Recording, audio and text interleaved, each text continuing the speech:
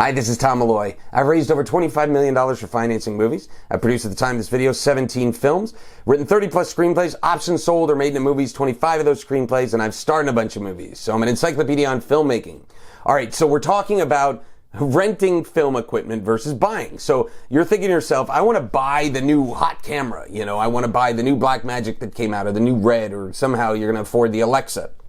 Okay, I think that is a mistake unless you are a DP or a director who likes to shoot his own films.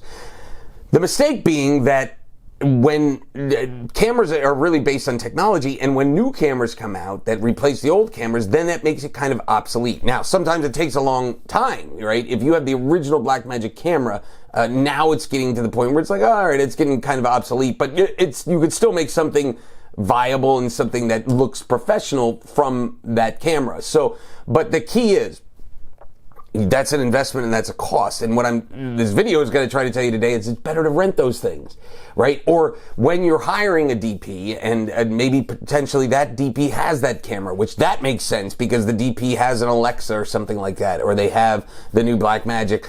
Any of those things make much more sense.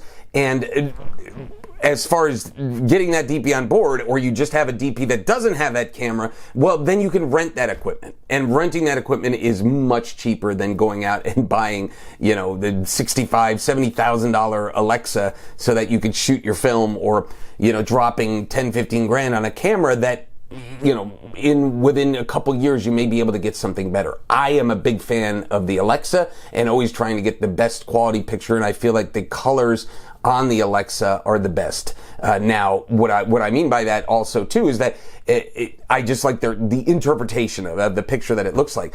At the end of the day, so much depends on the glass, meaning the lenses. It also depends on the actors in front of the lenses, and as I've done a video before, or probably multiple videos, the sound. The sound is extremely important. But look, if you're looking to get just a camera to play with, I think your best bet is to go for a DSLR camera, something under $1,000 that's just something that will give you a really nice picture, and you can play around with that and get a good, beautiful type of video from that. And yeah, that makes sense that you can do that and put that together. But if you're looking for the top end stuff, it is much better to rent than to buy in the long run.